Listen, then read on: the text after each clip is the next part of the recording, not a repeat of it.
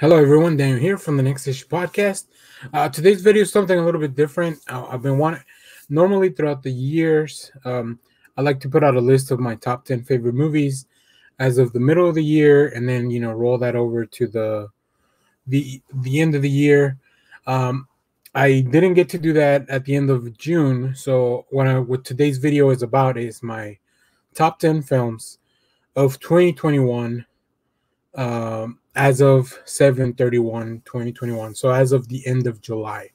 So in order to qualify for this list, their release date, according to my research on Wikipedia, had to be from January 1st to July 31st, 2021. A lot of these movies maybe came out in festivals and stuff like that before, but I'm basing my stuff on my list is based on things from the official release date as is listed here. This also includes both theatrical releases, things that come out on streaming, and we'll kind of go over that stuff as we go through the list. Before we do get started, I wanted to give a quick honorable mention to the Fear Street trilogy. This was came out on Netflix. The director was Lee Janay, and I really enjoyed. And I'm encompassing everything together because it really is one movie, right? It's a movie, and even though it's broken up into three pieces, but it's one whole story, and I really enjoyed it. It really brings back a lot of the horror tropes from each of these decades. The 90s and the 70s, obviously there was no movies in the 1600s, but it really connects and it tells one cohesive story. I think the acting's great. The settings look like they're from the period they are from. The music is amazing, and best of all, I got to watch this from the comfort of my own home on Netflix. So that really counts for a lot, and you'll kind of see that throughout as we go through the list. So let's start with the number 10 pick for the top 10 movie for me in this year. Black Widow, directed by Kate Shortland. This was released on July 9th. I did not go to the movies for this. I watched this at home multiple times. I actually waited a little bit to review this film. One thing I didn't mention is that if you don't follow me on Letterboxd, you can kind of go see how these movies are. It makes it really easy for me to go back and do a list like this because I'm already reviewing everything as it is. So all that recency bias and stuff like that is taken into account. So this is obviously Marvel Studios, Disney. I really enjoyed this film. I think it was way overdue that the character of Black Widow got her own film. I love the performances. I think especially Yelena Belova, played by Florence Pugh, was a breakout character. David Harbour as the Red Guardian. It was just really good.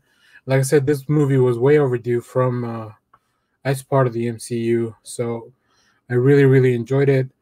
So that's why it makes my list so far at the top 10. Now the next movie on my list, I don't know that I've ever had.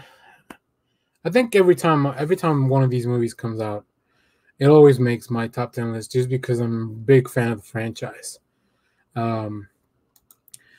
So the next movie is F9 from the Fast Saga, directed by Justin Lin. This was released on June 25, 2021. Now, if you are a subscriber to the channel and somebody that watches this regularly, you'll know that Clay's a big fan of this franchise. I'm a big fan of this franchise. And we were both really waiting for a long time to go watch this. I think something that really added to the experience of this movie is that I did watch it in the theater. My buddy Austin got theater for he procured a theater, and then we all got something that we had a bit of a private screening for this. So this was a lot of fun.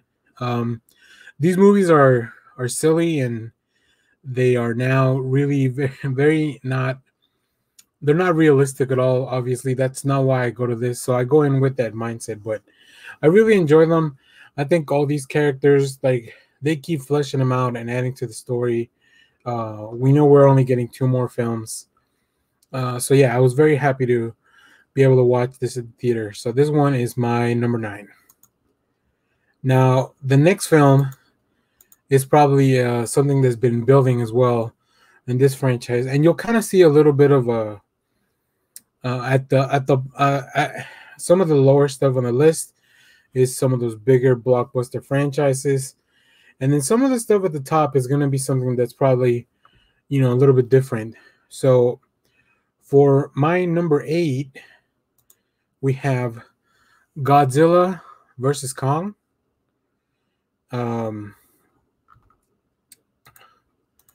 This is directed by Adam Wingard. This was released on March 31st. This was another film that I did watch at home. I did not go watch this at the theater. I've watched it multiple times, and let me tell you, this was really enjoyable. Like the buildup of this franchise has been. I've enjoyed all the movies. I think out of all of them, Kong Skull Island is still my favorite overall, but this one, it's pretty high up there as well. So all these movies that are on this list are either I've reviewed them as 4 stars or higher on my letterbox, and this one definitely is one of them. Just the magnitude of this movie, the fights, the evolution of both Godzilla and Kong as characters. I really, really enjoyed this a lot. And if this is the end of the franchise as it is, then I think it's a great one to go out on. And if not, then I look forward to what else we're gonna get from the franchise. So the next movie, it did get a theatrical release. I did not watch it at the theaters, but that's kind of my pattern with this franchise as well. I didn't watch the first one at the theaters either, but once again, this is a horror, more of a horror thriller, A Quiet Place Part 2, released on May 28th, 2021, directed by John Krasinski. I am a big fan of this franchise as well. I think this movie, picking up where the last one left off, really, really helped build the world. I think, I don't know, there's a lot of world building here that I think it would have been difficult to give us a story that was really meaningful after how good the first movie was. But this one, I believe it's on par with the first movie. Emily Blunt and the kids' performances, they're really, really good. And the story and the world is built, and it advances even more. So I was very happy to see this. I did watch this on Paramount Plus when it was released.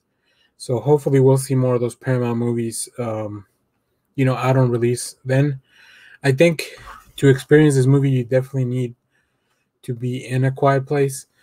So I was able to do that at home safely. So yeah, it was very good. I very much enjoyed this movie. So that's my number 7. The number 6 is something I watched very recently.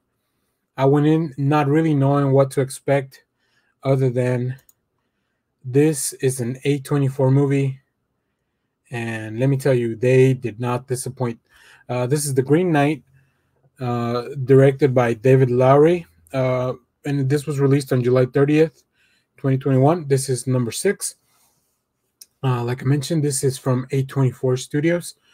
Dev Patel does an amazing performance, because you spent most of the movie you spend with Dev Patel, so he really delivers a great performance in all these kinds of different tones throughout the movie. It's something I have been waiting for a long time. Even though I was not familiar with the story of the Green Knight, the poem that the movie is based on. But that being said, I was still able to enjoy the movie, and I will, I guess, to tell you more about my experience after the movie ended, because the one shortfall I gave in my review was that the movie was a bit of a slow paced, but I think that was a choice to let the viewer kind of live in this world. Uh, the movie looks beautiful. The performances are fantastic. Uh, the music is amazing. It's so immersive. So yeah, I think this is it's just a really good movie. And then what really enhanced my experience was me looking more into the original work, the original poem, and the themes. So I was able to even better understand what this movie was trying to tell us, and how successful it was at displaying that. So very much enjoyed The Green Knight. Very much recommend whenever you can go watch this, either at the theater or whenever it's. I believe it's gonna be out on video on demand pretty soon, as of the release of this video. So hopefully that'll be the case, because I really recommend this. This is something you don't want to miss. Um, all right, so now we're moving on to number 5. This was a movie that I did not expect to enjoy this much. It's Wrath of Man, starring Jason Statham. Um, this movie was released on May 7th, 2021, directed by Guy Ritchie. And I'm not saying that I did not expect to enjoy this as much as I did, because if any of you guys watch my trailer reaction, this to me originally did not feel like a Guy Ritchie movie. It didn't have any of his signature camera movements or song choices, or even the themes or the characters that he normally comes up with, like stuff like in The Man from U.N.C.L.E. or The Gentleman from last year. This was completely different, but it was really good. The story kept unfolding. Like, it was kind of like when you open up a package, and then there's a smaller package that gets you really excited, and then you open that, and then there's one more thing to get you even more excited. But like, each level gives you a reward as you get deeper into this movie. The stunts and the fights were pretty good. So yeah, I have no complaints here. This was like I said, unexpected, because after watching that trailer, I did not expect to enjoy this movie as much as I did. So it was very cool, very cool. So the next movie, I did a trailer review for it with my co-host Clay, and it's not something that I think. Once again, it's an A24 movie. It's Pig. And if you guys have watched the recent episodes, you will know how much I enjoyed Pig. I don't think this is for everyone, for sure. This movie was released on July 16th. I was able to watch this at the theater. This is directed by Michael Sarnowski, and stars Nicolas Cage and this beautiful pig. And the movie is just kind of an examination of this character in the world of underground cuisine in Portland, and restaurateurs, and then studying also, not only that, but the passion that goes into being a chef, and what kind of person it takes. There's a lot happening here. I don't think the trailers, I feel like, sold this movie kind of like a John Wick, but starring Nick Cage, because they stole his pig, and this is not what the movie delivers. But it does deliver a great movie regardless. So yeah, I quite enjoy this. So go check this out if you're able to. Once again, this is A24, so I'm sure there'll be I believe it's already available on video on demand. So if you haven't watched Pig, definitely go check that out. So we're at the top 3 movies. And I think if you know me at all, if you've been following the channel, or you know me personally and know my taste in movies, or if you follow me on Letterboxd, you're kind of guessing what these movies are. So the first movie, the top 3 entry on this list is Zack Snyder's Army of the Dead. I had such a blast watching this movie. This movie came out on May 14th. Directed by Zack Snyder, as I mentioned. So this movie, even though it was released on Netflix, I watched it. I went to the theater. There were special screenings for this at Cinemark locations. So I was able to go to theater. This was my first live action movie back in theater. Not my first movie, because I had seen an anime movie prior to this, but this was my return to a live action blockbuster. So it was a lot of fun. Um, I think the cast was firing on all cylinders. I think the technical stuff behind it, if you know what they had to do to bring in Tig Notaro to replace one of the cast members, and the effort and the technology and everything that they had to do to bring that in. Yeah, I think this movie is just so good, and Zack Snyder is now building this Army of the Dead universe on Netflix that, I'm just hopeful to see in the future. Very much enjoyed this movie. Dave Bautista again, he plays very similar characters in all the movie, but I think he adds a different flair to each one of them. He adds a little twist, and this one's no different than that. So yeah, great ensemble, great cast. The effects are great. I think this is definitely a very Zack Snyder movie. So if that's not your jam, like you may not enjoy it as much as I did, but if you guys have watched the channel, you know that that's all of that is right up my alley. Um, so number two is a movie that I had been hearing things about, but I really didn't know anything about what the movie really was. So number two is Judas and the Black Messiah. Uh, this was released on February 12th in theaters and HBO Max, directed by Shaka King, starring Daniel Kaluuya and Lakeith Stanfield.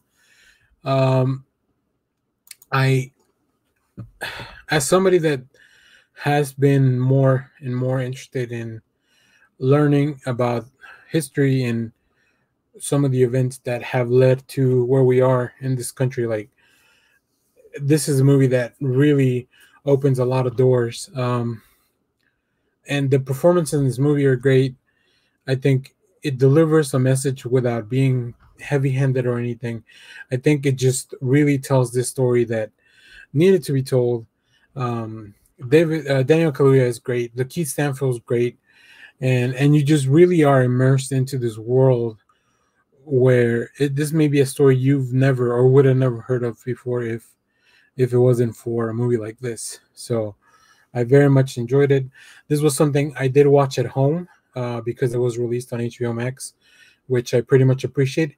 And as you can tell from my list, even though including the honorable mention, I've only watched maybe 3 or 4 of the movies that are on my top 10 in theaters, but I don't think that took away anything from the experience. So yeah, very much recommend watching Judas and the Black Messiah. I believe this is back on HBO Max as of the recording of this video, but if not, it's definitely worth you hunting down a Blu-ray or a video on demand. All right, I think if you for our number one spot, I know a lot of people may disagree, and there's definitely a lot of bias because this next movie really tackles every single box that makes me who I am, I think, as an individual. So this may be no surprise to a lot of people. My number one film of 2021 as of this year, as of today, is Zack Snyder's Justice League. I mean, this was released on March 18th, directed by Zack Snyder. What can I say, really? This movie just like was kind of the culmination of everything Zack Snyder was working towards at Warner Brothers. And although it is entrenched in a lot of controversy and a lot of bad publicity for sure, there's a lot of issues, and I don't advocate for any of the hate or the bullying that's going on online. That's definitely not a part of the movie that I was particularly fond of how it came to be. I'm glad that it's out there, but I don't feel that all that stuff needed to happen in order for this. I think this movie's kind of like it feels like a once in a generation thing because all those things kind of fell into place. What I enjoyed the most is that it's really just the director's original vision finally coming to the screen, um, with no restraints. That's why this movie is, 4 hours long. That's why this movie has all the things that it does. That's why this, like, they reshot some stuff for the end. They brought back all the original footage. Um, Zack Snyder has it in the 4:3 format, which I know it's not everyone's, like, like, this movie is a director's movie, and it also has all the characters that I love from DC Comics. I love Henry Cavill's Superman.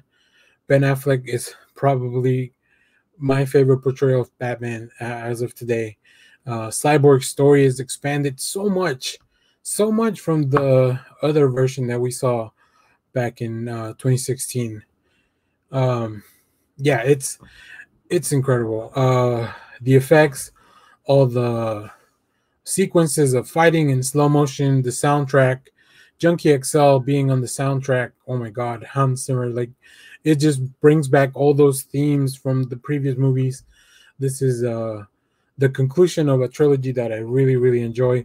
And once again, I understand this is not everyone's cup of tea, but this is just my list, and this is what I really, really enjoyed in 2021. So let's do a quick recap of everything, and then we'll close out the video.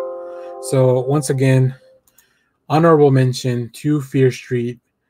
At number 10, we have Black Widow. At number 9, we have Fast 9.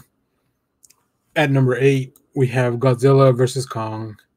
At number 7, we have A Quiet Place Part 2. At number 6, we have The Green Knight. At number 5, we have The Wrath of Man. At number 4, we have Pig. At number 3, we have Army of the Dead. Number 2, Judas and the Black Messiah.